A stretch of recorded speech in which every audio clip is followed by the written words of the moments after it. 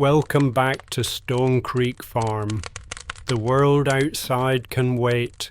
You are home now.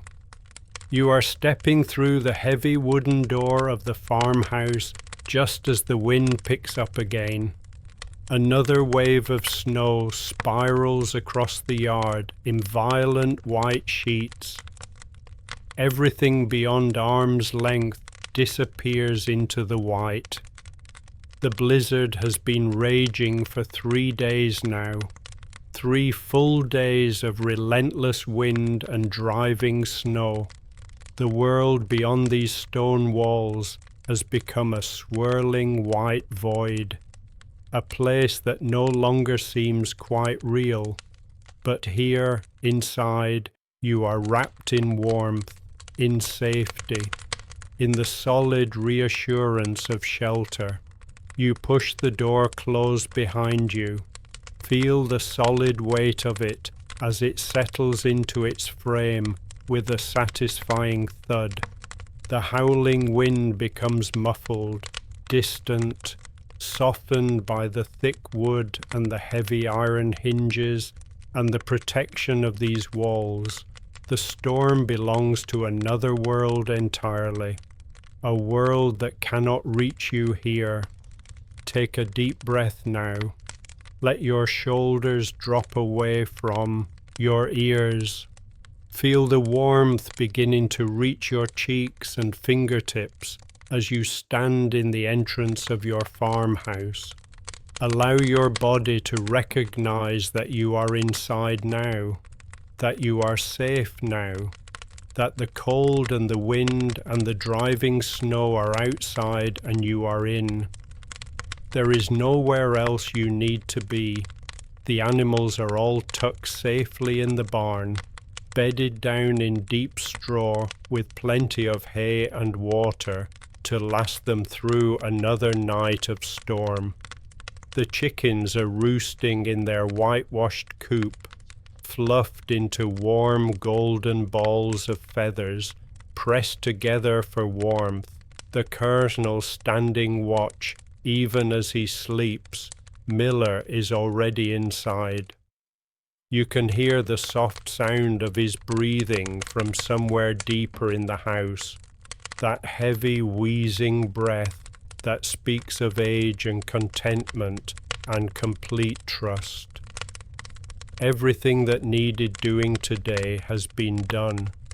Now there is only this, the warmth, the quiet, the gentle work that waits for you in the kitchen. You unwrap the thick wool scarf from around your neck. Feel the soft fibers sliding through your fingers. Feel the slight dampness where your breath has condensed on the wool during your time outside. You hang it on the wooden peg by the door where it belongs, where it has hung countless times before, where it will hang countless times again. Your heavy coat follows. You feel lighter as you shrug it off your shoulders. Feel the weight of it in your hands before you hang it beside the scarf. And then your boots, you unlace them slowly. Pull the leather laces through each eyelet with deliberate care. Feel the relief as your feet are freed from their confinement. The slate tiles are cool beneath your wool socks, not cold. The warmth from the fireplace in the main room radiates through the entire house, seeping into every corner, every stone, every timber beam, every floor tile, creating a gentle ambient warmth that is neither too hot nor too cold. Exactly right. The farmhouse embraces you now. You can see the glow from the fireplace spilling out into the hallway, painting the whitewashed plaster walls in shades of amber and gold and copper. The light dancing and shifting as the flames move, as the logs settle, as the fire breathes and lives. You can smell the wood smoke, sweet and earthy and rich, mixing with the faint scent of herbs that hang drying in the kitchen, mixing with the smell of stone and old wood and home. The storm outside roars and howls, battering against the windows with fists of wind, piling snow against the northern wall in drifts that will be taller than you by morning. But the house stands firm, as it has stood for generations, its thick stone walls and heavy timber frame absorbing every gust, muffling every shriek of wind, until all you hear inside is a distant rhythmic howling, almost like music, almost like the deep notes of some ancient instrument being played far away. You take another breath, deeper this time. Fill your lungs completely. Release it slowly. Feel the tension of the day flowing out of you with the exhale.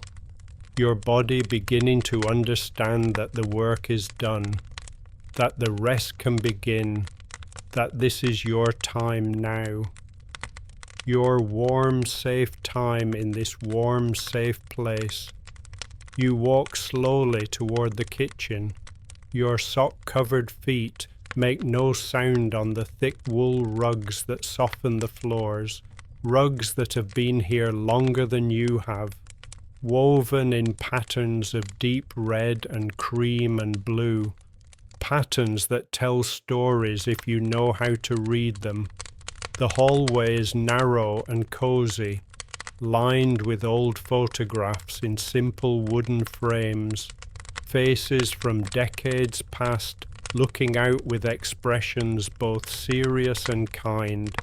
A collection of copper pots hangs from iron hooks. Their burnished surfaces catch the firelight, glowing like small moons, like warm planets hanging in a warm sky. You trail your fingertips along the plaster wall as you walk. Feel the slight texture, the coolness of it, the way it has been worn smooth in places by years and years and years of hands, just like yours. Hands seeking the same comfort, the same steadiness, the same connection to this place that has held so many people, so many lives, so many moments of safety. The kitchen doorway opens before you. You step into the heart of the farmhouse. This is where everything happens. This is where the real life of Stone Creek Farm unfolds. Day after day, season after season, year after year. The room is large and square.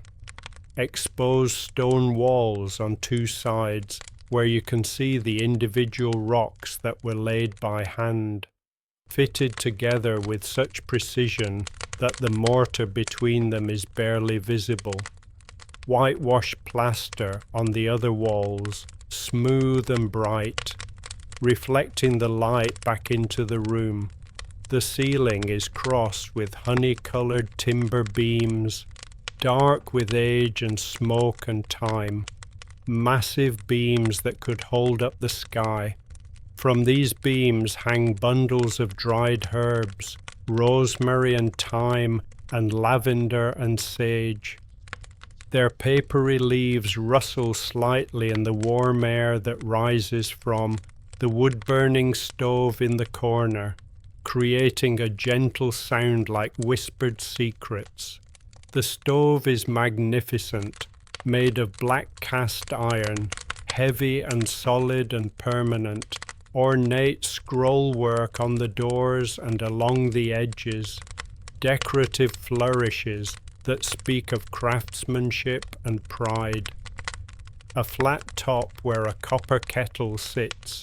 Steam rises in a gentle curl from its spout, adding moisture to the air, keeping the kitchen from becoming too dry despite the heat.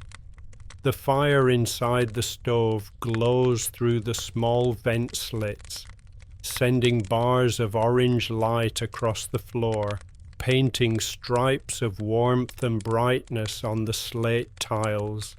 The heat it produces is steady and powerful, filling the entire kitchen with a warmth that feels like an embrace, feels like love made tangible. You can feel it on your face now, that gentle, radiant heat, warming your cheeks and your forehead.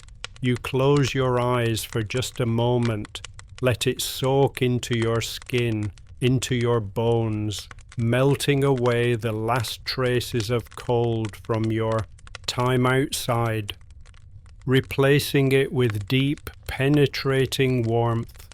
The kitchen table sits in the center of the room, an old farmhouse table made of thick oak planks that have been scrubbed smooth and pale over decades of use, over countless meals and countless tasks and countless moments of gathering. The surface is bare now, except for a brass oil lamp that burns with a steady golden flame, its glass chimney perfectly clear and clean, protecting the flame from drafts while allowing the light to shine out unimpeded. Beside it, a large ceramic bowl filled with wheat berries. The wheat berries are beautiful, small and oval-shaped, a warm golden brown color that seems to hold sunlight. They catch the lamplight and seem to glow from within, as though they hold tiny pieces of summer trapped in their kernels. Memories of sunshine and warm breezes and the long growing days when these plants stood tall in fields and turned their faces toward the sky. And there, at the end of the table, sits the grain mill. It is an old stone mill, the kind that has been used for centuries, passed down through generations of farmers who understood the value of doing things slowly, carefully, by hand, who understood that some processes cannot be rushed, should not be rushed, must not be rushed if they are to be done properly. The mill consists of two round grinding stones, one fixed and one that rotates above it, heavy stones quarried from some deep place and shaped by skilled hands, stones that have ground countless bushels of grain, that have fed countless families, that have participated in the ancient ritual of turning whole grain into flour. A wooden hopper sits on top, funnel-shaped and smooth inside, where you will pour the wheat berries so they can feed down between the stones. A long wooden handle extends from the side, smooth and worn from countless hands that have turned it, worn in that particular way that only comes from years of use, polished by palm oil and effort into something almost silky. You can see the grain of the wood, the way it swirls and curves, the way it catches the light. You move closer to the table now. Rest your hand on the back of one of the wooden chairs. Feel the solid weight of it. The smooth curve of the spindles beneath your palm. The way the wood is warm from being in this warm room. The chair scrapes softly against the floor as you pull it out. A gentle sound that blends with the crackling of the fire and the distant howl of the blizzard outside. You position it exactly where you want it, exactly where it needs to be for the work ahead.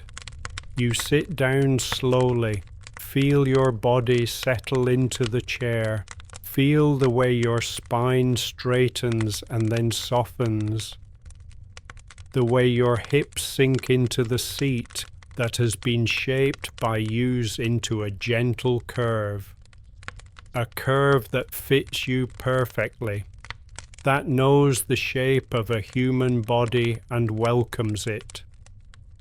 Miller appears in the doorway. You hear him before you see him. The soft click of his nails on the floor, the heavy, wheezing breath that comes from deep in his chest, the particular sound that large old dogs make when they move, when they carry their weight from one place to another with the careful dignity of age. He is a large dog, an old English sheepdog with a shaggy grey body and a white head and chest. His fur long and thick and slightly matted in places, despite your best efforts to keep him brushed. He moves slowly now, with the careful dignity of an old friend who has earned his rest, who has worked hard in his younger years and now spends his days seeking comfort and warmth. His eyes are partially hidden behind his long fringe of white fur, but you can see them watching you, calm and knowing and gentle.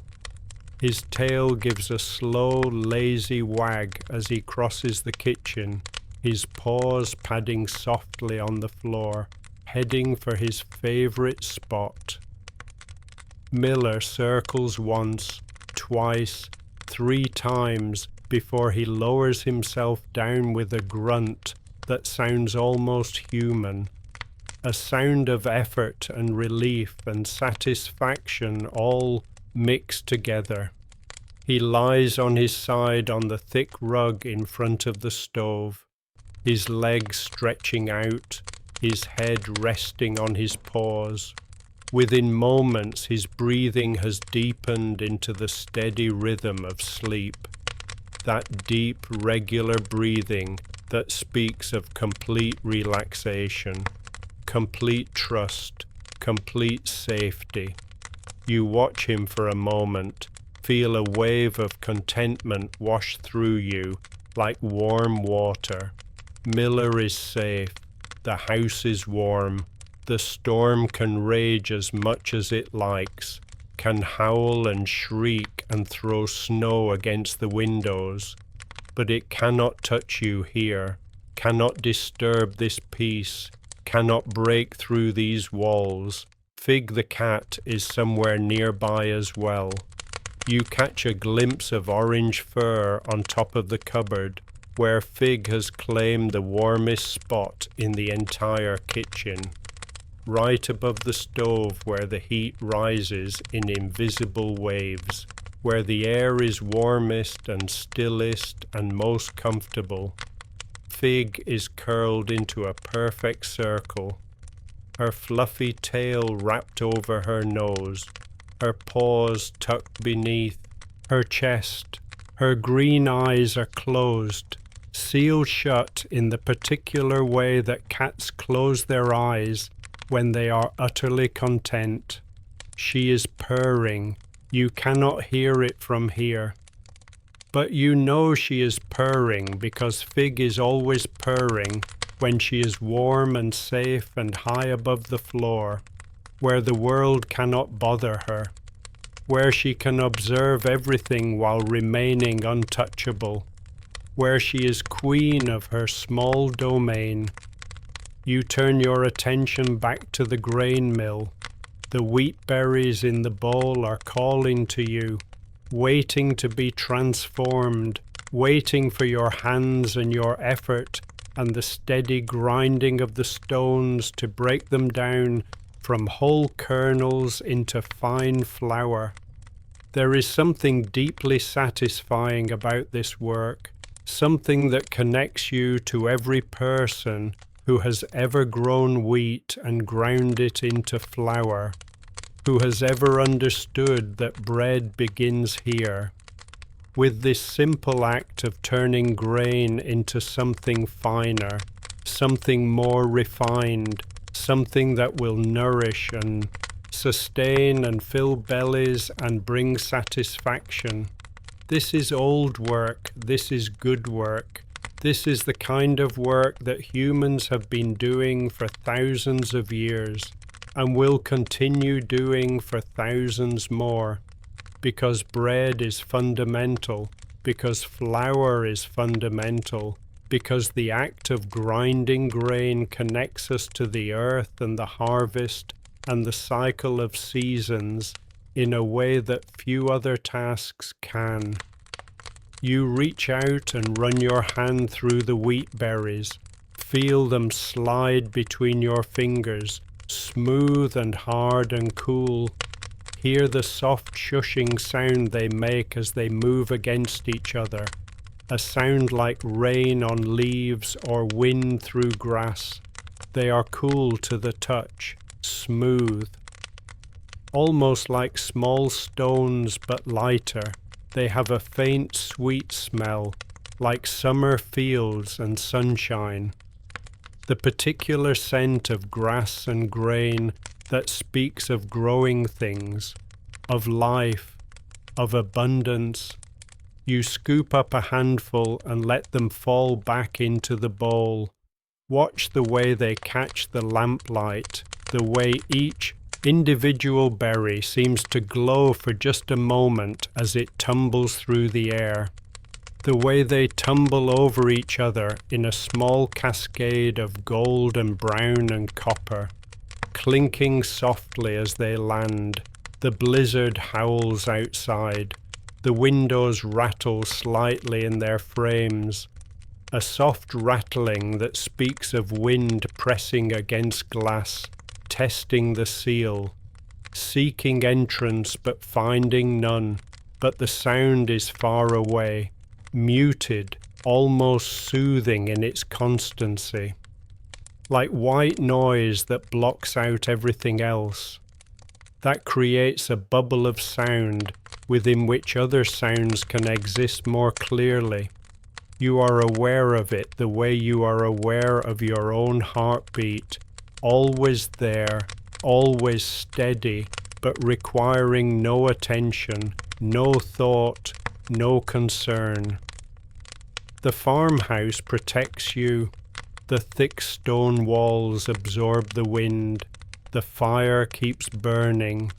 And you are here, in this moment, in this warm golden kitchen, about to begin the slow rhythmic work of grinding grain, about to participate in this ancient process, about to use your hands and your strength and your time to create something useful and necessary and good. You reach for the bowl of wheat berries and pull it closer. Slide it across the smooth oak surface of the table until it is positioned exactly where you need it, right beside the mill's hopper. The ceramic is cool and smooth beneath your hands. The bowl is heavy with the weight of the grain inside. Substantial and satisfying, you position it carefully. Make sure everything is exactly where it needs to be. Make sure you will be able to work efficiently and comfortably. There is no rush. There has never been any rush here, especially not now, especially not during a blizzard when time itself seems to slow and stretch, when the days blend into each other and there is nothing to mark the passage of hours except the slow accumulation of snow outside, the slow consumption of firewood inside, the slow, patient work of your hands. You take a small wooden scoop from the table. It is made of pale birch wood, carved smooth and light, the wood almost white except where it has been stained slightly darker by years of handling, by the oil from countless palms. You dip it into the wheat berries. The scoop fills easily. The berries flow into it like water. tumbling over each other with soft clicking sounds. You lift it, hear the grain shift inside, hear the gentle rain-like sound as a few loose berries fall back into the bowl, unable to cling to the pile, slipping away to rejoin their companions. You hold the scoop above the mill's hopper for just a moment. Appreciate the weight of it, the realness of it, the simple beauty of grain in a wooden scoop in lamplight. Then you tip it slowly, carefully. Watch the wheat berries pour into the hopper in a steady stream. They disappear into the darkness of the mill's interior, settling into the space between the two grinding stones. You can hear them, a soft, dry rustling sound, like leaves moving in a gentle wind, like paper being shuffled, like all the small sounds that dry things make when they move against each other. You add another scoop, and then another. Watch each stream of grain disappear into the mill. Watch the hopper fill gradually. Listen to the sound change as the space fills, as the berries pile up on top of each other, creating layers and depth.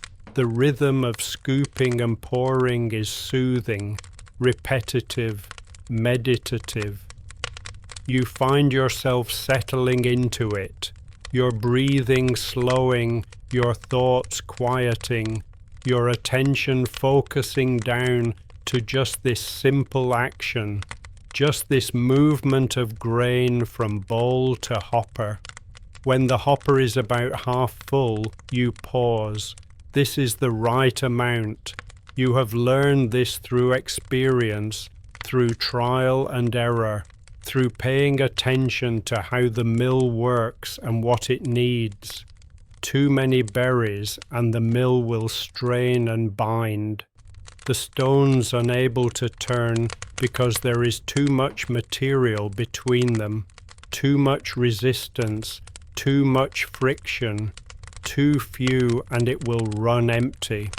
The stones grinding against each other with nothing in between, making a harsh sound that sets your teeth on edge and accomplishes nothing. But this amount is perfect. You have done this enough times to know it by instinct, by feel, by the way the hopper looks when it is filled to just the right level. You set the scoop down carefully, place it across the top of the bowl where it belongs, reach for the wooden handle on the side of the mill. Your right hand closes around it. Immediately you feel the warmth of the wood, smooth and slightly oily from years of use, from all those hands that have gripped it before yours, from all that accumulated contact and friction and palm oil. The handle fits your grip perfectly. Your fingers curl naturally around its circumference. Your palm settles into the gentle hollow that has been worn into the wood by countless other hands, by decades of turning, by the slow, patient pressure of human hands doing human work. You can feel the grain of the wood beneath your skin, can feel the slight variations in texture where knots once were, where the wood has been compressed and polished by use into something smoother than it started, something shaped by purpose and repetition. You begin to turn the handle, slowly, clockwise. The mill resists at first, the stones needing a moment to overcome their inertia, that initial resistance that all stationary things have when you try to set them in motion. You apply steady pressure, feel the muscles in your forearm engage, Feel the way your shoulder joins the effort. Feel your whole arm working together to move this handle, to turn this stone, to begin this process. And then the handle begins to move. The top stone begins to rotate, scraping against the bottom stone with a sound of stone on stone. The mill comes to life. The sound it makes is beautiful. It is a deep, rhythmic, grinding sound, a slow crushing and pulverizing that speaks of stone against stone, of wheat berries being broken down into smaller pieces, of transformation happening in the darkness between the millstones where no eye can see, where ancient forces are at work, forces of friction and pressure and mechanical advantage. It is not a loud sound, but it fills the kitchen, resonates in the space, blends with the crackle of the fire and the distant howl of the wind, creating a layered soundscape that is somehow both stimulating and deeply soothing. That gives your ears something to focus on without demanding attention. That creates a rhythm for your breathing to follow, for your heartbeat to match, for your whole body to synchronize with. You continue turning the handle, find your rhythm, settle into the motion that your body already knows, that your muscles remember from other times you have done this, from all the times you have sat at this table and ground grain while storms raged or sun shone or seasons changed outside. Your hand moves in a smooth circle, down and forward, up and back, tracing the same path over and over. The mill responds with each revolution, grinding away, patient and steady and tireless. You can feel the resistance in the handle, the slight catch and release as the stones work against each other, as the wheat berries are caught between them and crushed into progressively finer particles. Hard whole kernels become broken pieces. Broken pieces become rough flour becomes finer flour becomes the soft powder that will emerge from the mill's spout. It is work, yes, but it is not hard work, it is meditative work. The kind of work that allows your mind to settle, that allows your thoughts to slow and simplify, that allows you to simply be present in this moment, in this motion, in this ancient process that connects you to millennia of human civilization, to all the people who have ever ground grain, to all the hands that have ever turned handles like this one, to all the kitchens that have ever filled with this sound, this smell, this sense of purposeful productivity. The flour begins to emerge from the bottom of the mill almost immediately. It comes out in a fine stream, pale and soft, falling in a graceful arc from the mill's spout into the wide wooden bowl you have placed beneath it. The flour is still warm from the friction of the grinding, still holding the heat generated by stone scraping against stone. It has a sweet, nutty smell that fills the air around the table, a smell that is completely different from the smell of whole wheat berries, a smell that speaks of transformation and potential, of flour that will become bread, of bread that will sustain and nourish. You watch it fall, this steady stream of fresh milled flour. You feel a deep sense of satisfaction, of rightness, of connection to something fundamental and true. This is flour made by your own hands, from wheat grown in fields you know, ground in your own kitchen while a blizzard rages outside, and you remain safe and warm and purposeful. You turn the handle again, and again, and again. Each revolution is the same, and yet each one is unique. The resistance varies slightly, depending on how many wheat berries are between the stones at any given moment, depending on where in their grinding journey they are, depending on whether they are just being caught and crushed for the first time, or whether they are already broken and are being ground finer. Sometimes the handle turns easily, smoothly, the stone rotating with minimal resistance. Sometimes you feel a slight grittiness, a small catch that tells you the stones are working hard, breaking down a particularly dense cluster of grain, crushing kernels that have positioned themselves in just the right way to resist the grinding for a moment before they give way and are pulverized into dust.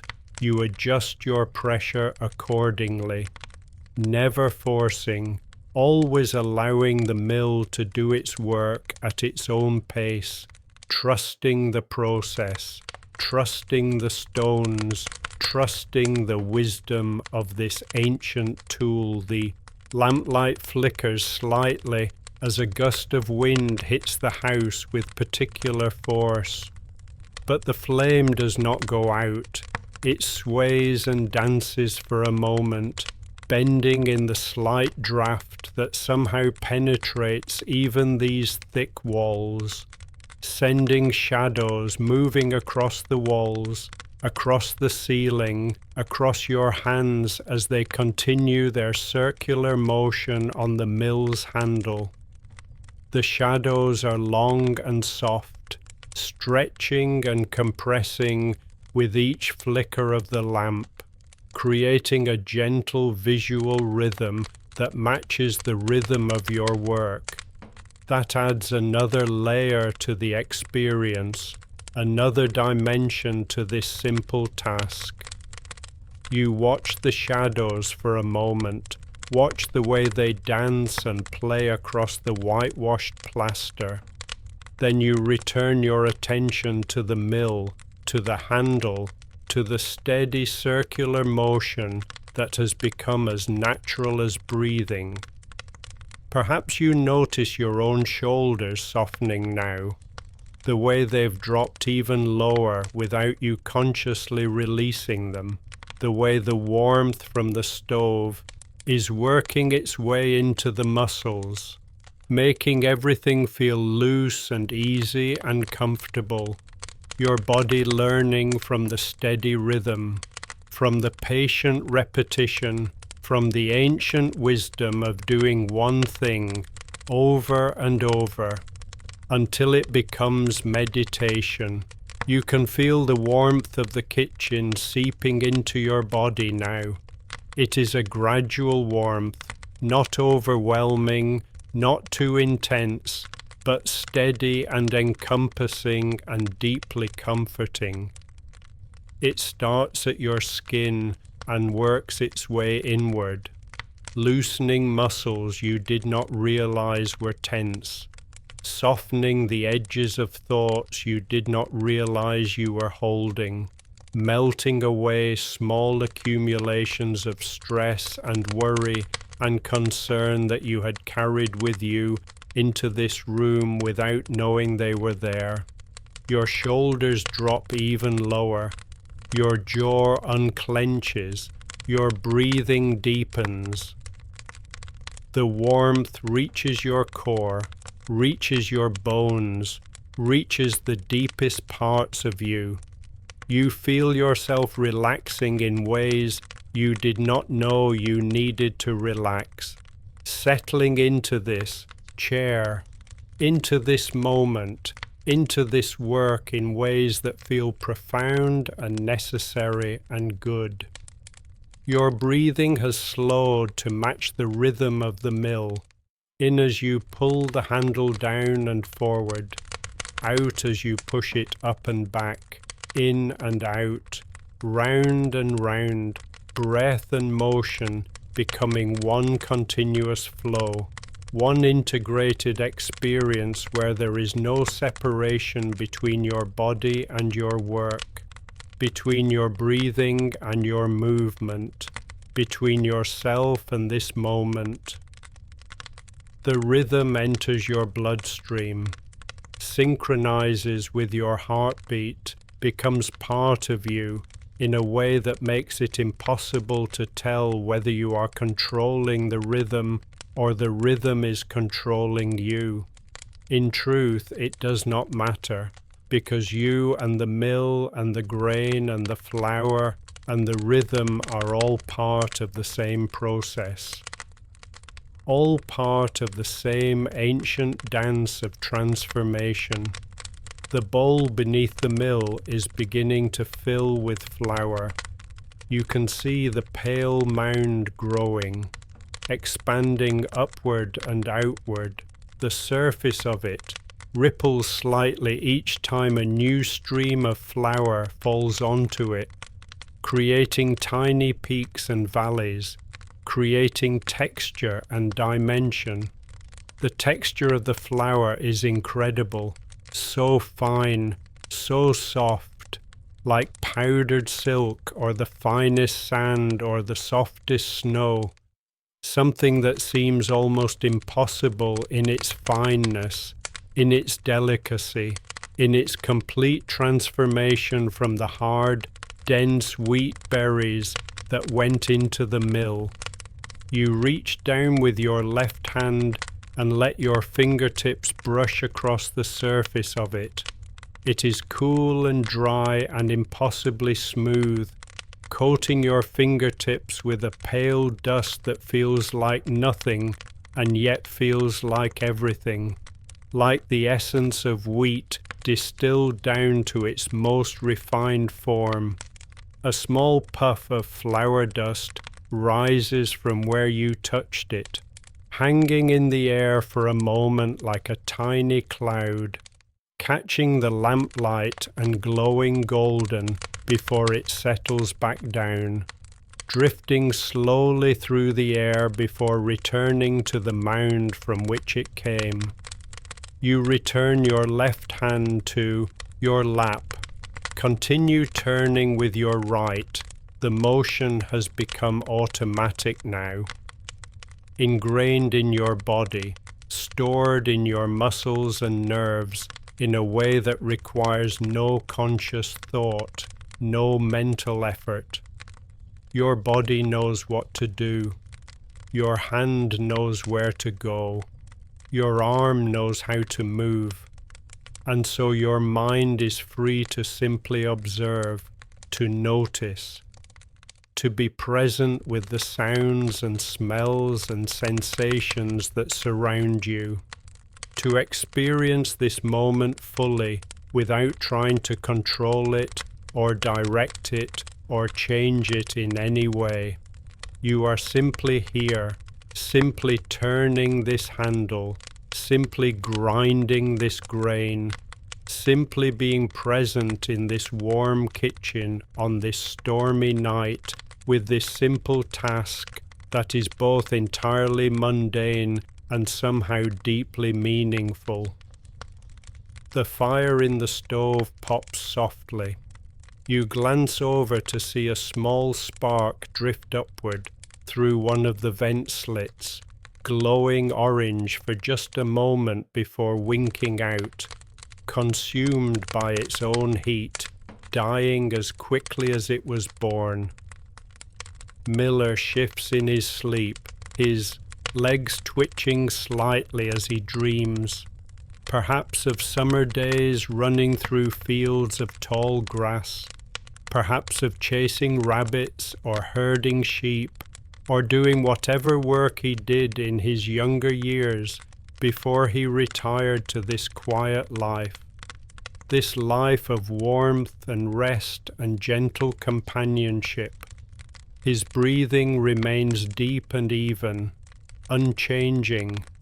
The sound of it is comforting, a reminder that you are not alone, that this warm kitchen holds not just you, but also this old loyal friend, this friend who has chosen to spend his retirement here, in this spot, in front of this fire, in this house that protects and shelters and provides.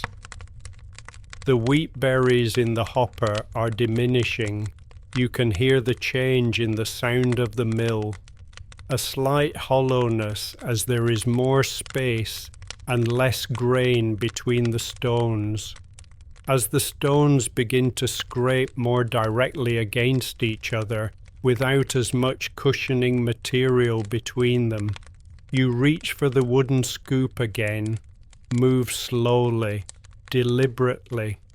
Maintain the rhythm of your turning even as you perform this additional task. You add another measure of wheat berries to the hopper. They rattle as they fall. A bright, cheerful sound that rises above the deeper grinding. Then the mill's grinding deepens again as the stones find purchase on the new grain, as they have more material to work with, as the sound shifts back to that full, rich grinding that speaks of productive work happening in the darkness between the stones.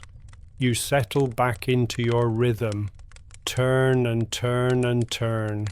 The handle moves beneath your palm, smooth and warm and reliable and constant.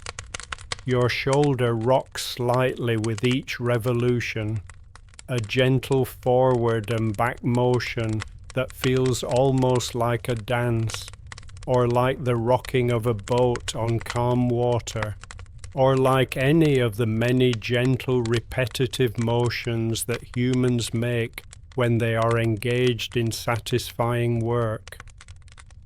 There is something primal about this work, something that connects you to the long chain of human history, to every person who has ever ground grain by hand, who has ever transformed something whole into something refined through patience and steady effort, who has ever participated in this process of taking the harvest and preparing it for use, of taking what the earth provides and shaping it into what humans need. You become aware now of the individual sensations in your right hand as it grips the handle, the way your thumb presses against the wood on one side, the way your fingers wrap around the other, the slight warmth where your palm makes contact, the cooler spots where air moves between your skin and the wood. Your fingertips can feel the grain of the wood, each tiny ridge and valley, each place where the cellular structure of the tree is visible on the surface, each whirl and pattern that makes this piece of wood unique. That gives it its own identity, its own history, its own story to tell. The pressure in your grip changes slightly with each part of the revolution.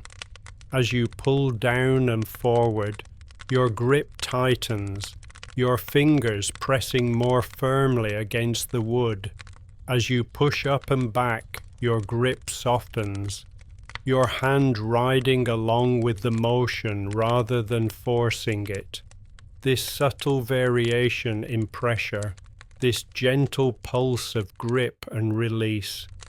It creates a massage-like effect in your hand, working the small muscles, keeping blood flowing, preventing fatigue from building up in any one place. You notice the way your wrist rotates as the handle moves through its circle. Not a large rotation, just a small adjustment, a few degrees this way and that, allowing your hand to maintain its comfortable position even as it travels through space, even as it traces the same circular path over and over and over. The blizzard outside intensifies for a moment. The howling grows louder, more insistent, more aggressive. You can hear the wind throwing snow against the windows, can hear the impacts like thousands of tiny fingers tapping against the glass, can hear the faint whistle as the wind finds gaps around the frames and tries to push through, tries to infiltrate this warm space with its cold chaos.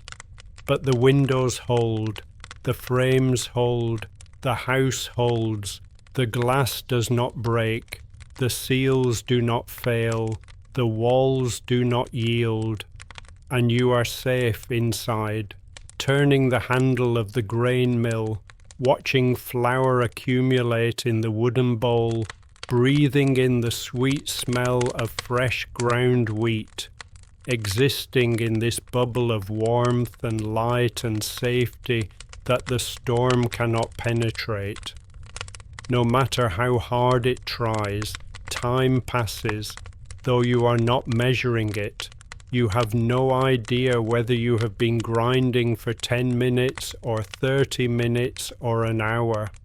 The clock on the wall ticks steadily, but you are not listening to it, not counting its beats, not using it to mark the passage of time.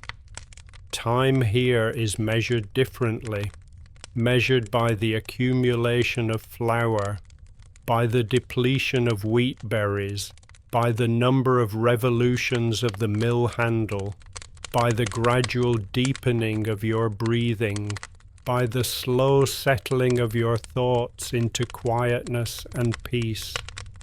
The lamp continues to burn with its steady golden flame, unchanging, eternal.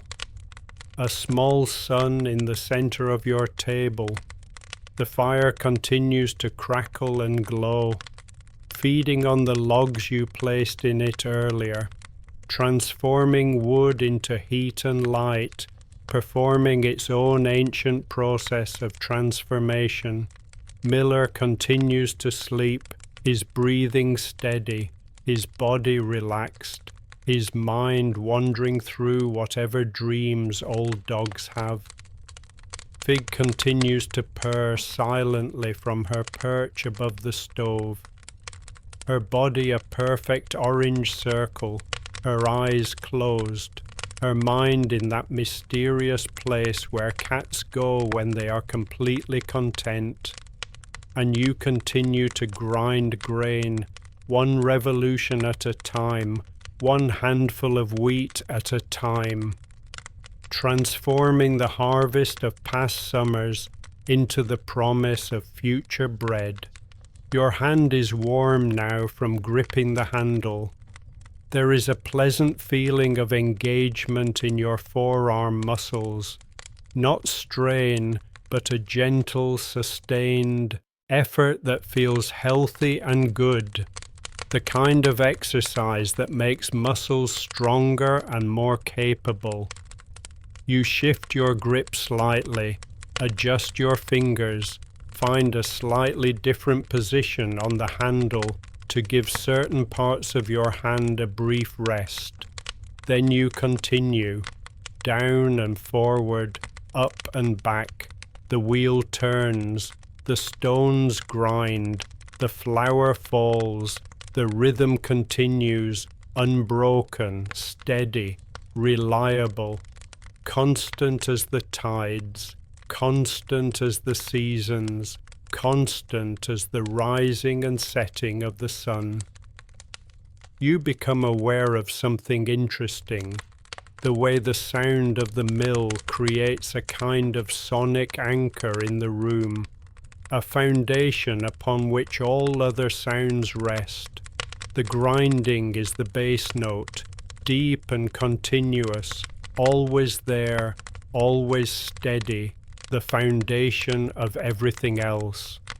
Above it, the fire crackles, irregular and bright, adding punctuation and surprise, small pops and hisses that break up the grinding with unexpected moments of sound.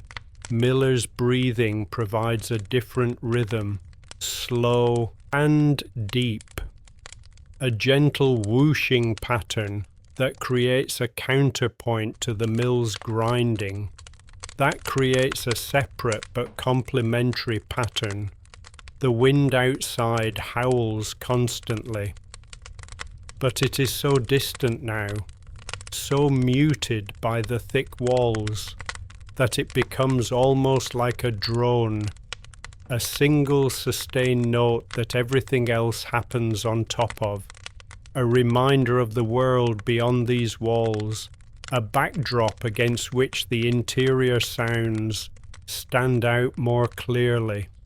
And beneath all of this, almost too quiet to hear, there is the soft whisper of flour falling into the bowl, like gentle rain on leaves, steady and soothing and somehow profoundly peaceful.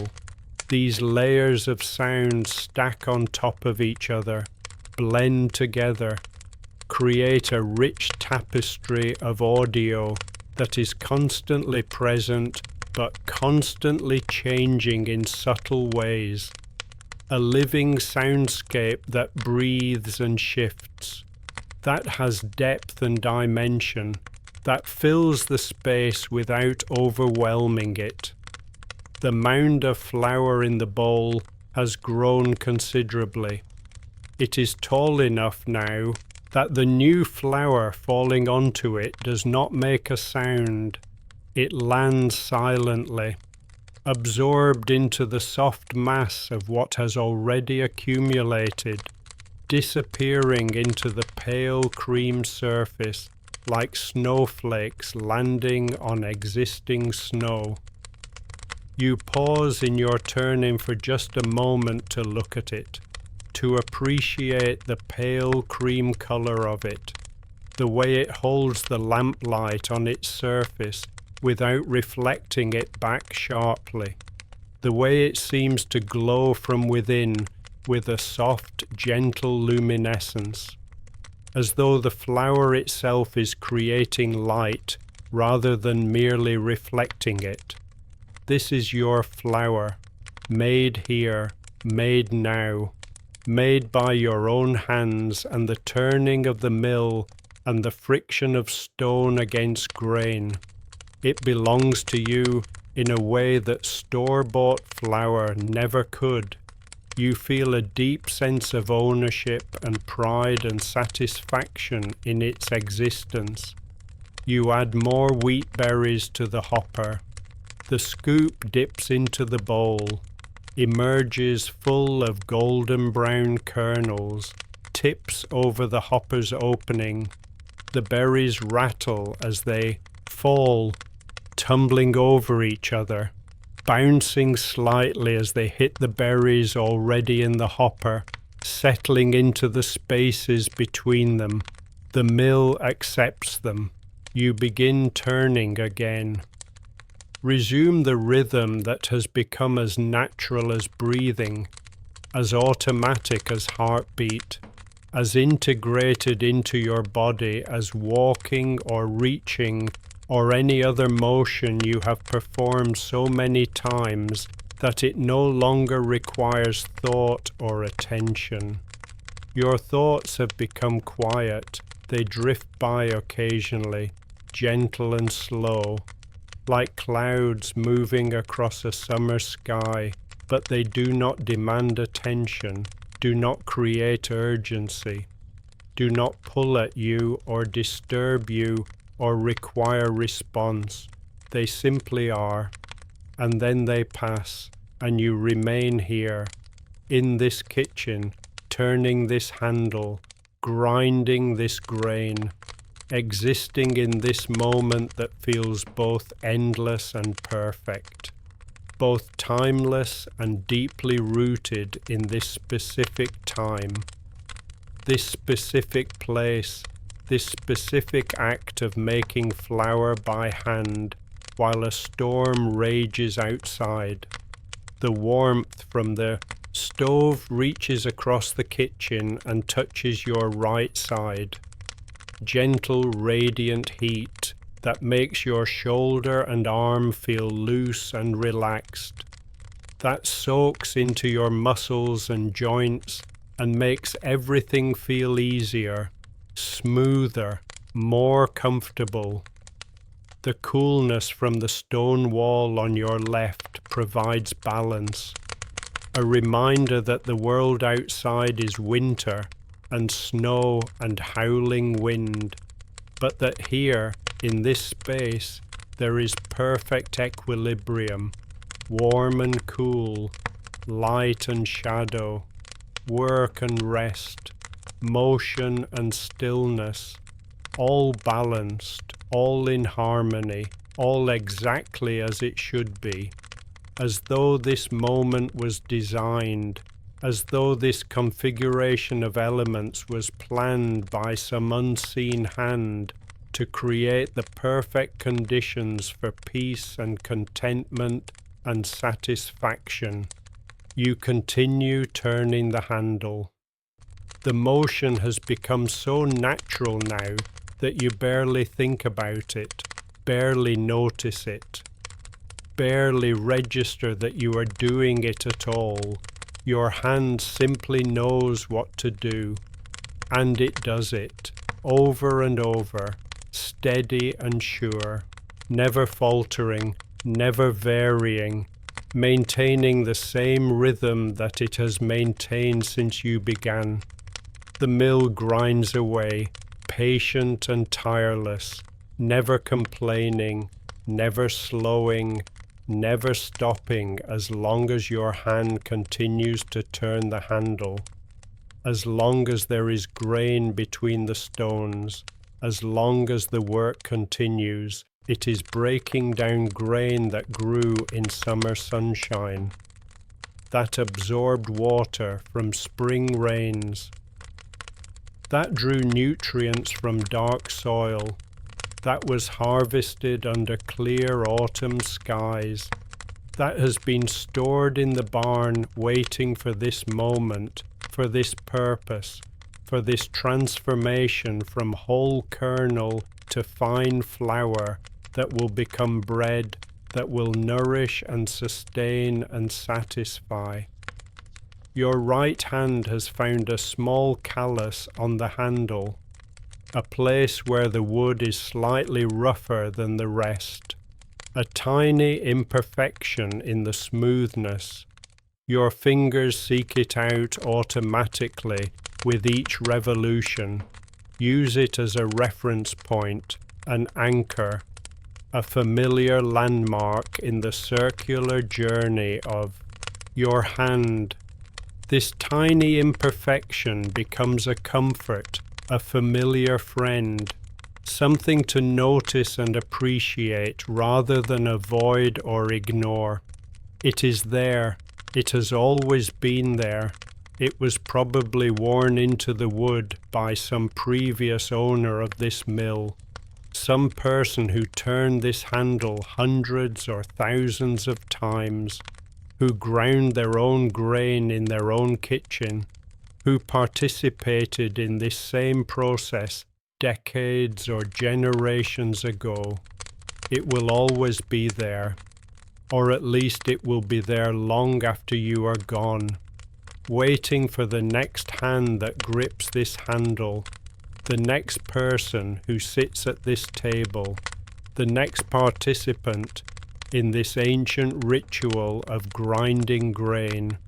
And your hand knows it, trusts it, returns to it with each passing moment, finds reassurance in its constancy, in its permanence, in its silent testimony to all the hands that have come before and all the hands that will come after. The flower bowl is more than half full now. You can see the way the flower has piled up in a soft, rounded mound, the way it slopes down from the center toward the edges, the way it has a texture almost like fresh snow, fine and smooth and unblemished, perfect in its uniformity. You resist the urge to touch it again, to run your fingers through it, to feel that incredible softness, because you do not want to disturb its perfection, its pristine accumulation, its gradual growth from nothing to this substantial pile of fine white powder. There will be time later to touch it, to feel it, to work with it when you use it to make bread. But for now, it is enough to simply watch it grow, to see it accumulating grain by grain, to witness the transformation happening before your eyes. Outside, the blizzard continues its assault on the farmhouse, throwing wave after wave of snow and wind against the walls, testing the structure, seeking weakness, looking for any gap or crack or opening through which it might enter and disturb this warmth, this peace, this safety. But the farmhouse was built by people who understood winter, who knew how storms worked, who had weathered countless blizzards and had learned through hard experience how to construct a dwelling that could withstand anything the sky might throw at it. The walls are 3 feet thick in places, solid stone laid by skilled hands, fitted together so precisely that mortar is almost unnecessary. The windows are small and double-paned, designed to let in light while keeping out cold and wind. The roof is slate, heavy and immovable, each tile overlapping the next in a pattern that sheds snow and rain and allows no penetration. And the frame is massive timbers, oak and chestnut and pine, beams as thick as a man's torso, mortised and tenoned and pegged together in a way that creates strength far beyond what nails could ever provide. This house has stood for over 100 years. It will stand for 100 more. The storm cannot touch it. You are grateful for the blizzard in a strange way. It has given you this time, this isolation, this opportunity to do simple work without interruption, without obligation, without any need to be anywhere or do anything except exactly this. In summer, there are always tasks calling, always animals needing attention, always fields requiring work, always something pulling at your time and energy. But winter, and especially storms like this one, creates enforced rest, creates a pause in the endless cycle of farm work, creates space for slow tasks like grinding grain, like sitting by fires, like doing small, quiet things that nourish the soul rather than the bank account. The blizzard is a gift, though it does not seem like one to anyone caught in it, anyone traveling through it, anyone unprepared for it. But you are prepared, you are safe, you are warm, and you are grateful. You shift your weight slightly in the chair, feel the wood creak beneath you, feel the way your body has settled into this position, Feel the slight stiffness in your lower back that comes from sitting still for an extended period. You adjust your posture, straighten your spine, roll your shoulders, then you settle again. Find your center of balance, your most comfortable position. Your back is straight but not rigid, supported by the chair back, supported by your own core strength. Your shoulders are down and back, open and relaxed. Your right arm continues its steady circle, tireless, automatic. Your left hand rests quietly in your lap, fingers loosely curled, palm turned upward in an unconscious gesture of openness and receptivity, of willingness to receive whatever this moment might offer. The wheat berries in the hopper are running low again. You can tell by the sound, by the change in resistance in the handle, by the way the grinding becomes slightly more hollow as there is less material between the stones.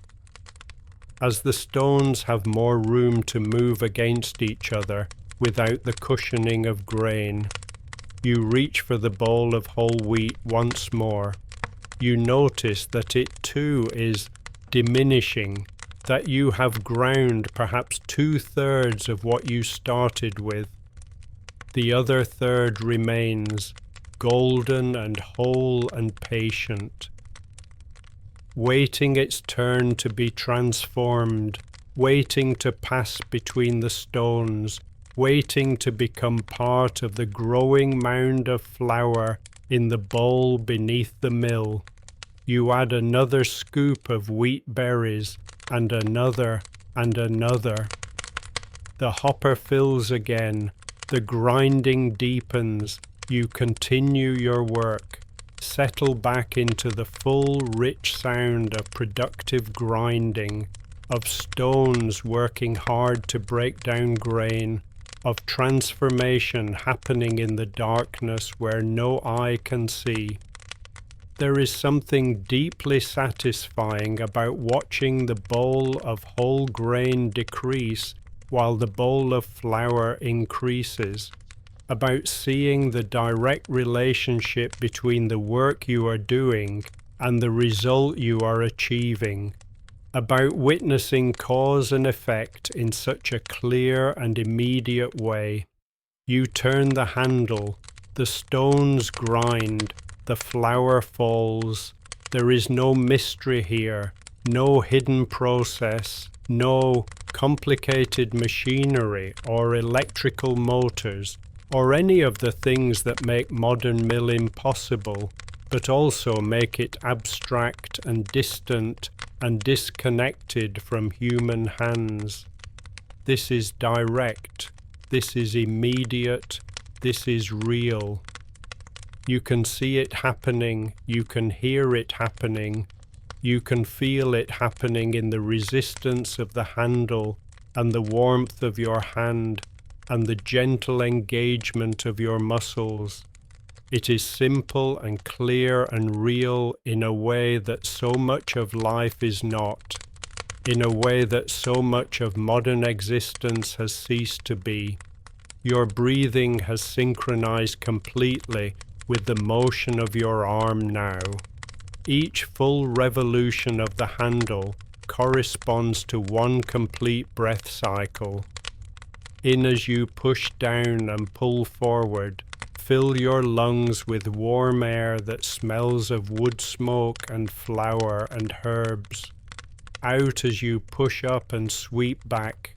Empty your lungs completely. Release all the old air.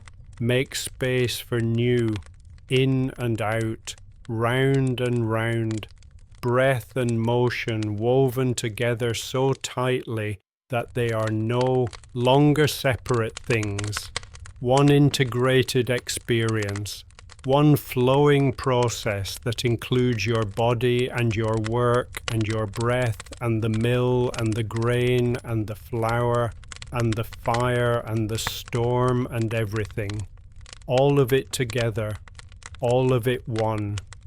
The rhythm is calming, meditative, almost hypnotic. You could continue like this for hours. In fact, you might. There is no schedule to keep, no clock to watch, no deadline to meet, no appointment to rush toward, no person waiting for you, no task more important than this one. There is only this work, this grain, this warm kitchen, and all the time in the world. Time has stretched and expanded until it no longer feels like time at all, until it feels more like a vast ocean in which you are floating, suspended, held gently by invisible currents, moving but not moving, present but not present. Existing in a state that is both deeply engaged and completely detached, both fully aware and partly dreaming. The lamplight casts your shadow on the wall, behind you. In your peripheral vision, you can see it moving with each turn of the handle, a gentle rocking silhouette that rises and falls, expands and contracts, in perfect synchronization with your motion. The shadow is soft-edged and indistinct, blending into the golden light that surrounds it. Watching it is almost like watching yourself from outside, seeing the work you are doing from a different perspective, appreciating the simple beauty of a human being engaged in purposeful, rhythmic labor, of a body and mind working together toward a simple goal, of hands that know what they are doing and do it without hesitation or doubt. Perhaps your own breathing has matched Miller's now, that same deep, slow rhythm, that same peaceful cadence, your body learning from his body. Both of you existing in the same space, breathing the same air, sharing the same warmth, the same safety, the same profound sense of being exactly where you belong. Miller makes a soft sound in his sleep, something between a sigh and a grunt, a sound that speaks of deep contentment, of dreams pleasant rather than troubled, of a body completely relaxed and a mind completely at peace. His tail thumps once against the floor before he settles deeper into stillness, deeper into the rug beneath him, deeper into sleep. You smile, though no one is here to see it. Feel a wave of contentment wash through you, warm and gentle, filling your chest and spreading through your whole body. This is your life. This is your home. This warm kitchen with its stone walls and timber beams, its cast iron stove and wooden table, its sleeping dog and drowsing cat, its grain mill and its lamplight and its safety. This is where you belong. This is what you were meant for, not frantically busy, not stressed and worried, not rushing from task to task with no time to breathe, but this gentle, purposeful work in a warm, safe space while storms rage outside and cannot reach you. The flour continues to accumulate. The stream from the mill's spout is steady and consistent, falling in a graceful arc into the waiting bowl, adding to the mound that grows ever taller, ever fuller, ever more substantial. The smell of fresh ground wheat fills the entire kitchen now. Mixing with the wood smoke and the faint herbal scent, from the dried bundles hanging from the beams, creating a complex aroma that speaks of winter and preparation, the deep satisfaction of useful work. It is a smell that speaks of nourishment and care, of winter stores and future meals, of the attention you are taking to sustain yourself through the cold months when nothing grows, when the world sleeps beneath snow, when the only food available is what you have stored, what you have prepared, what you have made ready during warmer months when such work was possible. You glance toward the window and see nothing but blackness, the occasional white streak of snow being blown past by the wind, moving so fast it is almost a blur, almost invisible except as a sense of motion, of things racing past in the darkness. The night is complete outside, no moon visible through the storm clouds, no stars, no light of any kind except what comes from this house, from this kitchen, from this single brass lamp burning on the table, creating this small island of illumination in an ocean of darkness. The world has contracted to just this room, and that feels right, that feels safe, that feels like exactly where you are meant to be, exactly what you are meant to be doing, exactly who you are meant to be in this moment. You add more wheat berries to the hopper, watch them tumble from the scoop. Listen to the dry rattle they make as they fall. Feel the slight weight of them as they leave the scoop. Feel the lightness in your hand as the scoop empties. The rhythm of your work has become so ingrained now that you could probably do this in complete darkness. By feel alone, by the sound of the mill and the resistance in the handle and the muscle memory of your arm that knows exactly where to move, exactly how to turn, exactly what to do without needing eyes or conscious thought. But you are grateful for the lamplight, for the way it makes everything visible and golden and warm, for the way it turns this simple task into something beautiful, something worth witnessing, something worth being fully present for, something that deserves your attention and your appreciation and your complete awareness. Turn and turn and turn. The handle moves, the stones grind, the flour falls, your breath flows in and out, the fire crackles, Miller sleeps, the storm howls, and time continues its slow, unmeasured passage, marked only by the gradual emptying of one bowl and the gradual filling of another, marked only by the accumulation of flour and the transformation of grain, marked only by the number of revolutions and the depth of your breathing and the increasing heaviness in your eyelids, as the work and the warmth and the rhythm combine to create a state of deep relaxation, of profound peace, of contentment so complete that it feels almost like a physical substance filling the room,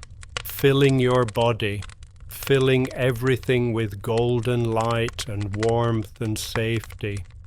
The mound of flour in the bowl is substantial now, impressive in its size, beautiful in its simplicity. It rises in a soft peak, rounded and smooth, perfect in its shape, unmarred by any imperfection, untouched except by the flour that falls onto it from above. You estimate that you have ground enough flour for several loaves of bread, maybe 4 or 5 loaves if you are careful with measurements, enough to last you through many days of this blizzard, enough to share with neighbors when the roads are finally clear and travel is possible again, enough to feel secure, to feel prepared, to feel like you have done the work necessary to ensure your continued well-being through whatever comes next. But that is a thought for later. Right now there is only this moment, this turn of the handle, this steady grinding of grain into flour, this participation in the process, this engagement with the work. The wheat berries in the large bowl are running low now. Only a few handfuls remain, rolling around in the bottom of the bowl, catching the light as they move. You scoop them up carefully, make sure to get every last one. Tip the bowl slightly to gather them into one corner so you can collect them all, so none are wasted, so every kernel has the opportunity to be transformed. You add them to the hopper, watch them fall, listen to them rattle. You know that these will be the final berries you grind tonight. After these, you will let the mill empty itself. We'll turn the handle until the last of the grain has been crushed and the flour has stopped falling. And then you will stop, and you will rest, and you will allow yourself to simply be still in the warmth and the safety of this place that has sheltered you so well. But for now you continue. The handle turns, the stones grind, the flour falls, and you are suspended in this perfect moment of purposeful work, of connection to something ancient and fundamental, of participation in a process that has sustained human beings for thousands of years, and will continue to sustain them for thousands more. You are part of something larger than yourself, part of a tradition that spans cultures and continents and centuries, part of the long chain of human hands that have turned handles and ground grain and made flour and baked bread and fed families and sustained life through the simple act of transforming what the earth provides into what human bodies need. The rhythm has become everything. It is in your hand, in your arm, in your shoulder, in your breath, in your heartbeat, in your very bones. It has spread through your entire body until you are no longer turning the handle so much as being turned by it, as though you and the mill have become one entity, one organism, moving together in perfect synchronization, in perfect harmony, in perfect peace. You are the mill and the mill is you. The grain flowing between the stones is your thoughts being refined, your worries being ground into dust, your stress being transformed into something useful and nourishing. The lamplight flickers again, the shadows dance, the fire crackles, Miller breathes, Fig purrs, the blizzard howls, the handle turns, the stones grind, the flour falls, and you are here, you are safe, you are home, you are exactly where you need to be, doing exactly what you need to do, being exactly who you need to be. Everything is right, everything is good, everything is perfect in this perfect moment that stretches on and on and on. The last of the wheat berries disappears into the hopper. You hear them rattling down between the stones. Feel the final resistance as they are caught and crushed. Feel the slight change in the way the handle moves as the hopper empties, as there is less and less material for the stones to work with. You continue turning, slowly now, deliberately. Give the mill time to finish its work, to process every last grain, to leave nothing behind, to complete the task fully and thoroughly. The sound begins to change, to hollow out. As the space between the stones empties and there is nothing left to grind, as the stones begin to scrape more directly against each other without the cushioning of grain between them. A few more turns of the handle, a few more streams of flour falling into the bowl, and then gradually the stream slows, thins, becomes a trickle, becomes a few scattered particles, becomes nothing. The mill is empty, the work is complete. You turn the handle one final time, feel the smooth freedom of the stones moving against each other with nothing between them. Feel the way the resistance drops away entirely. Feel the finality of this last motion. Then you let your hand come to rest on the handle. Hold it still.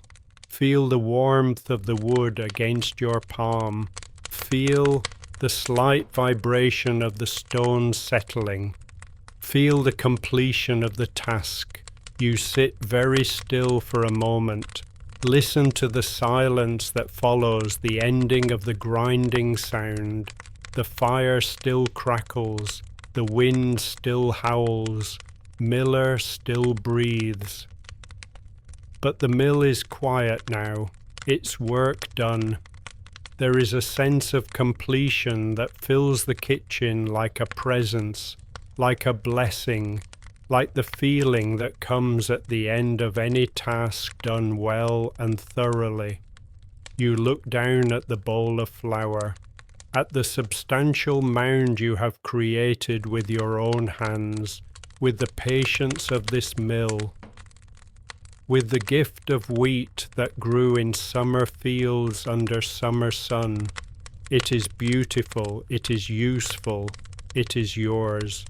There is a deep satisfaction in knowing that tomorrow or the next day, or whenever you choose, you will transform this flour into bread. Will mix it with water and salt and yeast. Will knead it and shape it and bake it. Will fill this house with the smell of fresh bread while the blizzard continues to rage outside, while the world remains buried in snow, while you remain safe and warm and well fed in this place that protects you. But that is tomorrow's work. Tonight's work is done. You release the handle of the mill, flex your fingers, feel the slight stiffness from holding the same position for so long. Feel the indentation in your palm where the handle has pressed against your skin. Feel the warmth that has accumulated in your palm and fingers from the friction of the turning, from the constant contact with the warm wood. You shake your hand gently, loosen it, wiggle your fingers, then you place both hands flat on the table. Feel the cool solidity of the oak beneath your palms. Ground yourself after the long period of repetitive motion. Bring yourself back to stillness after so much movement. There is no rush now. The work is finished. You can move as slowly as you wish. Take as much time as you need. There is nowhere to be, nothing demanding your attention. Just this warm kitchen, this quiet moment. this gentle transition from work to rest. You sit for a long moment, simply breathing, simply being still, appreciating the completion, the satisfaction, the rightness of work finished. Your body feels tired in the best way, the way it feels after honest work completed, after something achieved through steady effort rather than rushed or forced, after participating fully in a task that required patience and persistence and presence. The chair scrapes softly as you push it back from the table, very slowly, very gently. No sudden movements, just a gradual shifting of position, a slow unwinding from the work. You stand, take your time, feel your body adjust to the change in position, feel the way your muscles have settled into stillness, and now must remember how to move in different ways, how to support your weight in standing rather than sitting, how to balance and shift and be vertical rather than horizontal. You stretch your arms above your head, reach toward the timber beams, feel the pull in your shoulders and back, hear the soft pop of joints realigning, feel the relief of lengthening muscles that have been contracted. Feel your body wake up and remember its full range of motion. Then you lower your arms, slowly. Let them hang at your sides. Feel the blood flowing back into your fingertips. Feel the gentle tingling as circulation returns to normal. Feel your body settling into its new configuration. You look around the kitchen, appreciate it with fresh eyes after the long period of focus on the grain mill. See it almost as though for the first time. Notice details you had stopped seeing during the work. The room is so warm, so inviting, so completely safe. The stone walls seem to radiate a gentle, protective energy, as though they are holding you in an embrace, as though the stones themselves have absorbed so much human warmth and human life over the decades that they have become friendly, almost alive, almost conscious of their role in protecting and sheltering. The lamplight continues its steady golden glow, painting everything in shades of amber and honey and copper, making even ordinary objects look precious and beautiful. The fire in the stove burns low but consistent, requiring nothing from you right now, content to simply exist and provide warmth, to do its job without complaint or demand.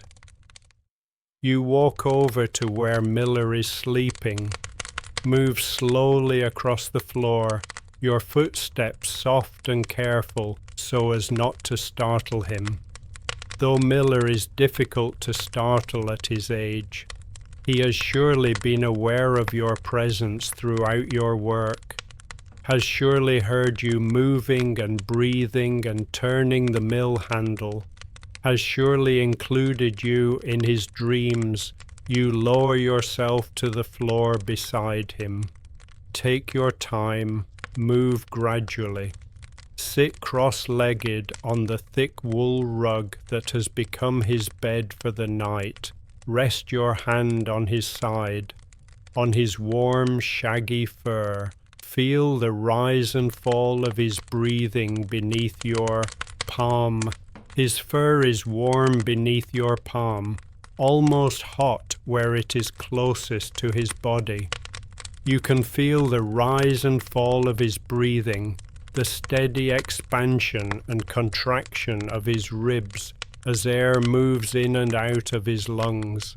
as his old body continues its faithful work of living and breathing and being.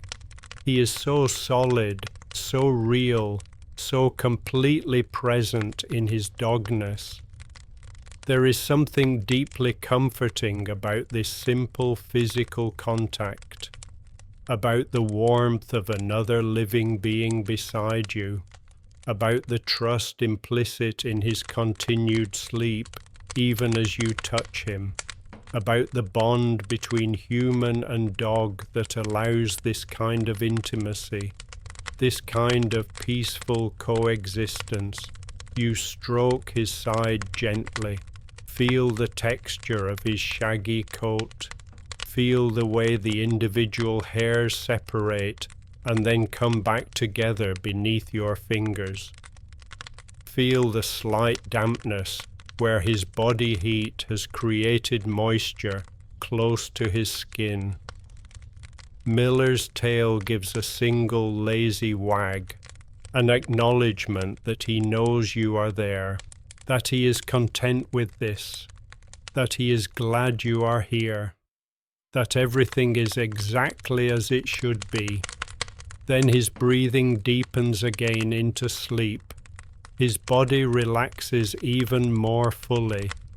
He sinks deeper into whatever dreams old dogs have when they are safe and warm and loved.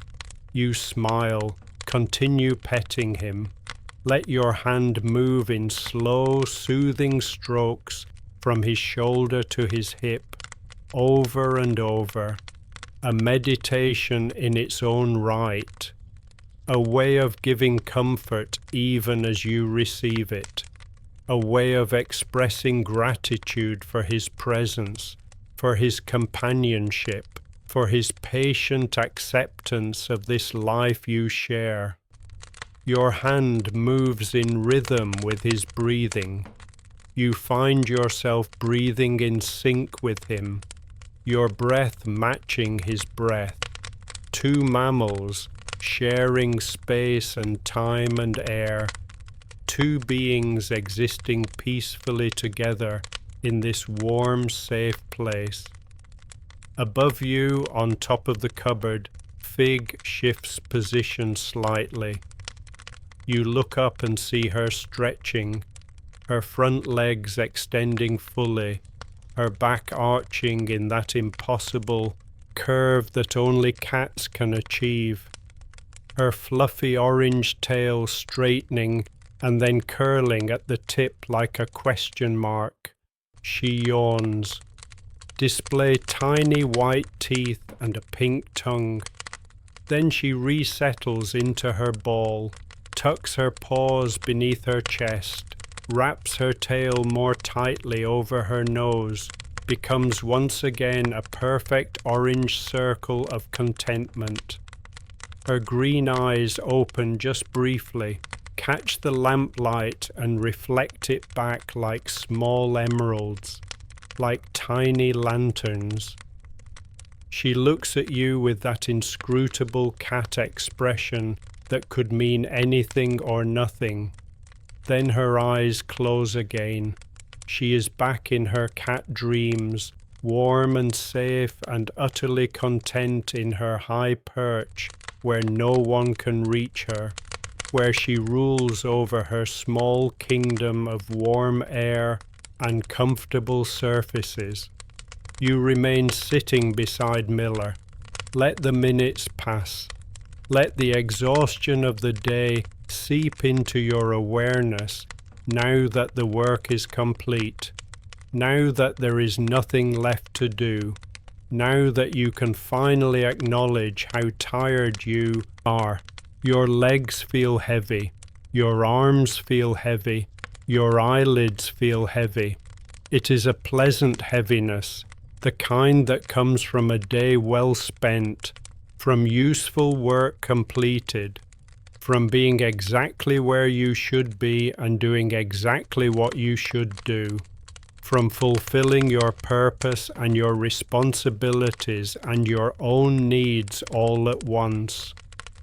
The blizzard outside has not diminished. If anything, It seems to have intensified, the howling growing louder, more insistent, as though the storm is frustrated that it cannot reach you, cannot disturb the peace you have created within these walls, cannot infiltrate this warmth with its cold chaos. The wind shrieks around the corners of the farmhouse, seeking gaps, seeking weakness, seeking any opportunity to enter. But the farmhouse stands firm. It has stood through countless blizzards before this one, through storms worse than this, through winters more brutal, through conditions that would destroy lesser structures. It will stand through countless blizzards after. The stones do not tremble, the timbers do not creak with strain, the fire does not falter. Everything holds, everything endures, everything remains solid and steadfast and protective. You think about the animals in the barn, warm and safe in their deep straw beds. Bessie and Buttercup will be lying together. Those two Highland cows with their shaggy ginger fur providing extra warmth to each other, their long horns resting on the straw, their gentle eyes closed in bovine dreams. Barley and Bramble will be dozing in their stalls, hip to hip. Those inseparable friends, that massive Belgian draft horse and that older dark bay horse who have known each other for years and cannot imagine being apart. The Colonel will be roosting high in the coop with Henrietta by his side. That dignified rooster and his matriarch hen, keeping watch over their flock even in sleep. Goldie and the other Buff Orpingtons will have fluffed their golden feathers and tucked their heads under their wings, creating little spheres of warmth in the darkness of the coop. Puddle and Splash will be huddled in their duck house on the edge of Mirror Lake, which is now frozen solid and covered with snow. Their white feathers creating their own insulation against the cold. Everyone is safe, everyone is warm, everyone is exactly where they should be. You can rest easy knowing this, knowing that all creatures under your care are protected, that you have done your duty, that nothing is left undone. Your hand continues its slow movement on Miller's side.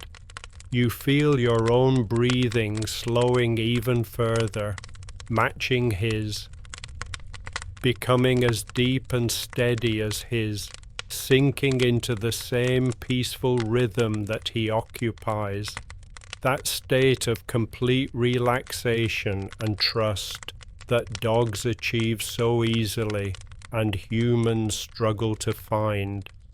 The warmth from the stove wraps around you like a blanket, surrounds you with gentle heat that soaks into your muscles and makes everything feel soft and loose and comfortable. The way lamplight seems to soften, to become even more golden, even more gentle, as though the flame itself is tired and ready for rest.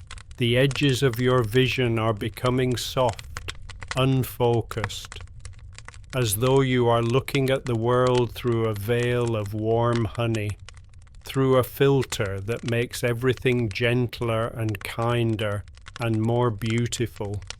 Eventually, you know you should move to somewhere more comfortable for sleep. The floor beside Miller is cozy enough, warm enough. You could probably fall asleep right here on this wool rug, with your hand on Miller's side and your back against the cupboard. But there is a better place waiting for you, a place designed for rest, a place that will support your body properly and allow you to sleep deeply and wake refreshed. You give Miller one final stroke. Let your hand rest on his side for a long moment. Feel his heartbeat beneath your palm, slow and strong and steady. That faithful rhythm that has been beating since he was a puppy and will continue beating until his last day. Whenever that comes, then you push yourself up to your feet, very slowly, very gradually. Feel the slight protest in your legs as they remember how to support your weight after sitting still for so long, after being folded beneath you in that cross-legged position. You take a moment to steady yourself, to let your body adjust, to let the blood flow back into your legs properly. No rushing, just patient waiting, just gentle transition. Then you walk to the overstuffed armchair that sits in the corner of the kitchen, near enough to the stove to benefit from its heat, but far enough away to not become too hot. Positioned in that perfect spot where the warmth is present but not overwhelming, where you can feel the fire without being consumed by it.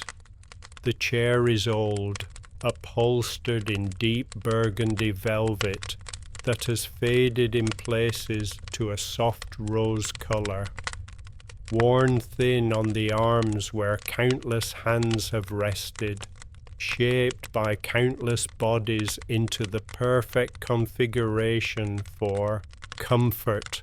The cushions are thick and yielding, filled with down and horsehair. The back is high enough to support your head, curved in just the right way to cradle your skull and neck. It is your favorite chair in the entire house.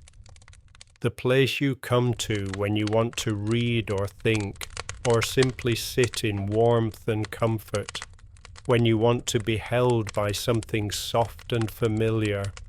You lower yourself into the chair. Take your time. Feel it embrace you. Feel the way the cushions compress and then support you, holding you in perfect balance, distributing your weight in the way that only a well-made, well-worn chair can do. You pull the thick wool blanket from where it drapes over the chair's arm, spread it over yourself, tuck it around your legs, pull it up to your chest. Create a cocoon of warmth and weight. The blanket is heavy and soft, woven in patterns of cream and grey and brown. It smells faintly of lavender from the sachets stored in the linen cupboard, from the dried bundles that live among the folded blankets and protect them from moths and time.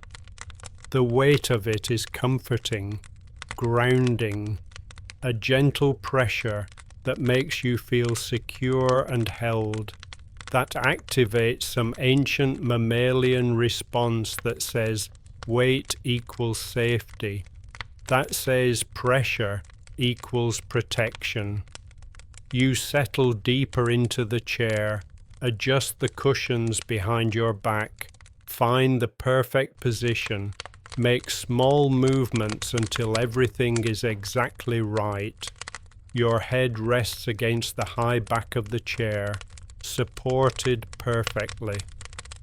You can see the entire kitchen from here, the grain mill sitting quiet on the table with its full bowl of fresh flour beside it, the lamp still burning with its steady flame, the bundles of herbs hanging from the beams, the fire glowing in the stove, Miller sleeping on his rug, Fig curled on her cupboard.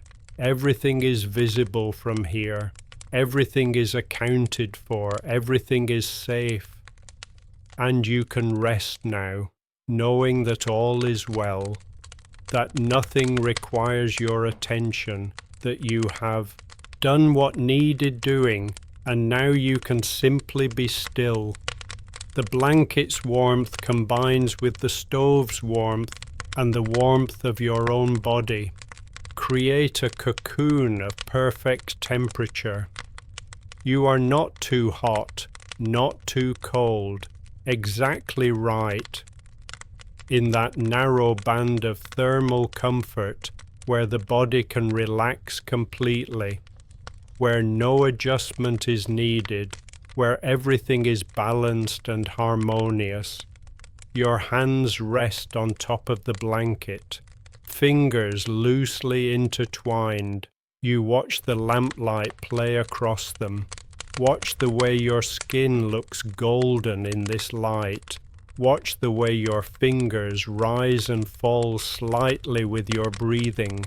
Watch the small movements that happen without your conscious direction.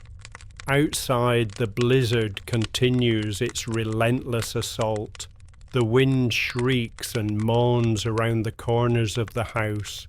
Find in all the small spaces where different materials meet, where stone meets wood, where wood meets glass, where the solid structure of the house creates opportunities for the wind to sing its wild songs.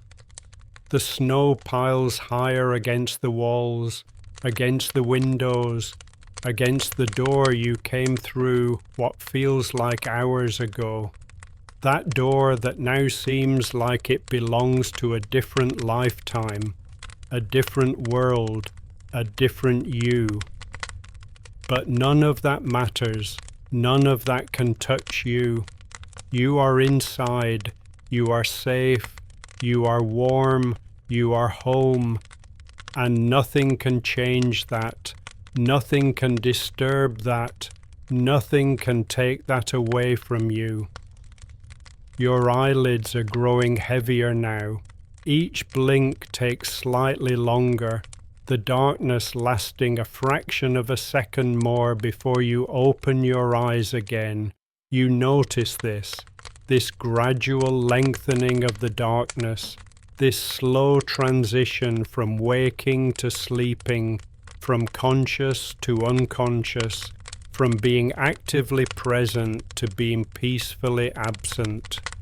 The lamplight seems to pulse gently, or perhaps it is just your perception of it changing as your consciousness begins to shift towards sleep, as your brain begins its nightly work of sorting and storing and processing, as your body prepares for the deep rest it needs and deserves.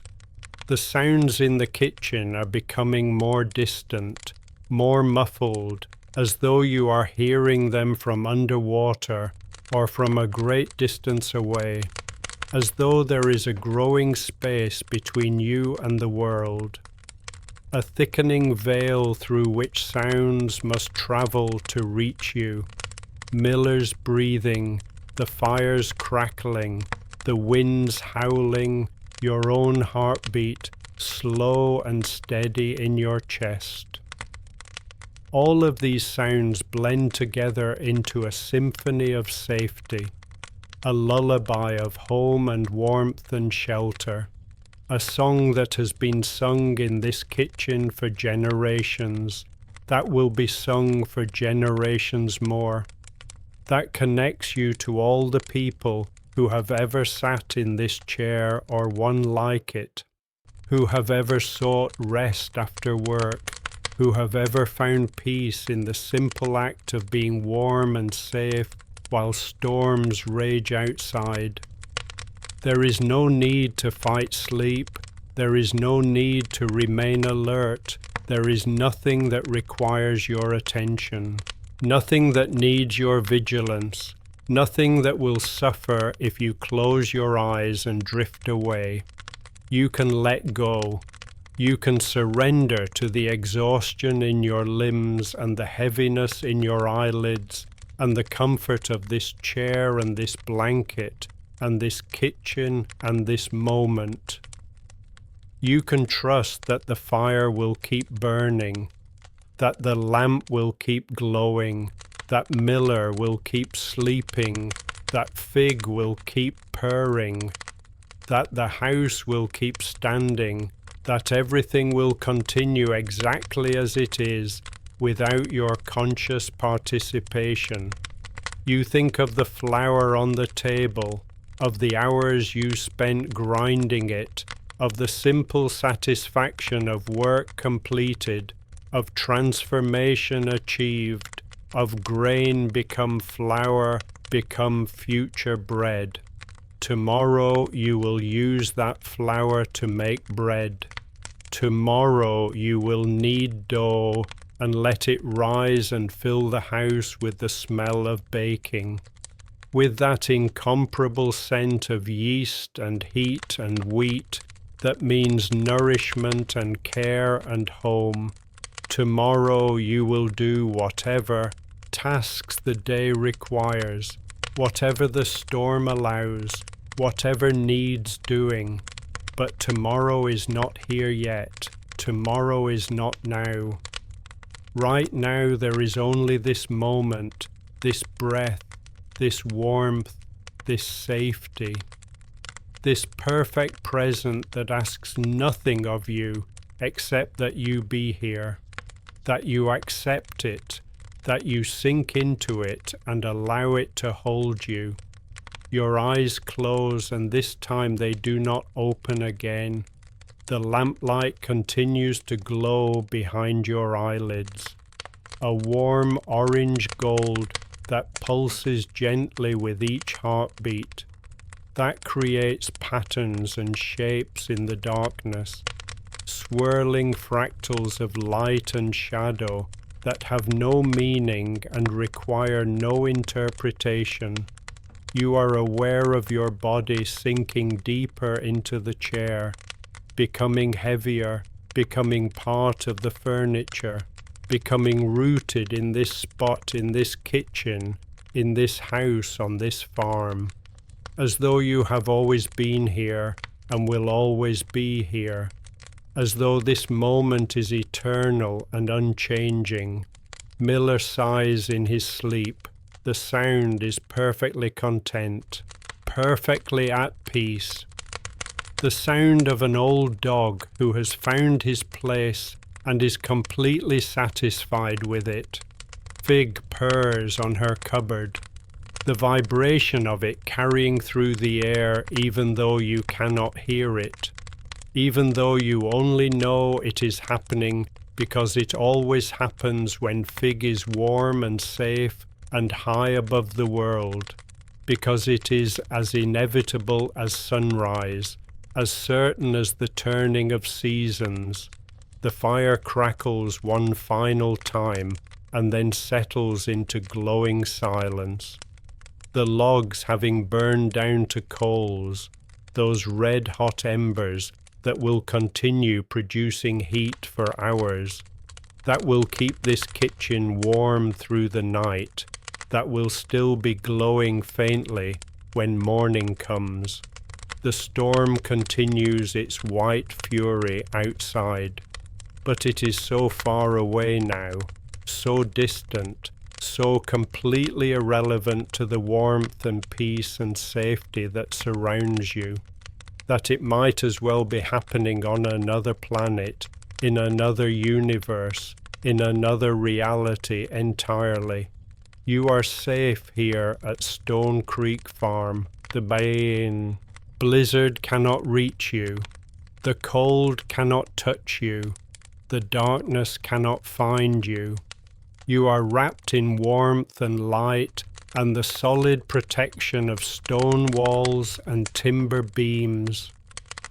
And the love that has been built into this house over generations of people who lived here and worked here and found peace here, just as you have found peace here now, just as you will always find peace here whenever you need it, whenever you seek it. Whenever you return to this place that knows you and holds you and protects you.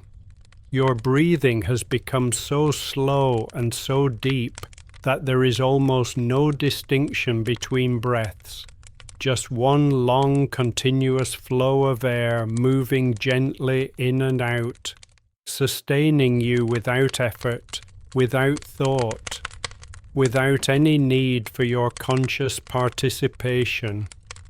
Your heart beats steadily in your chest, reliable and strong, pumping warm blood through your body, keeping you alive and safe and warm without any instruction from you, without any attention required, doing its faithful work, the way it has done every moment of your life, the way it will continue doing until your last moment, whenever that comes.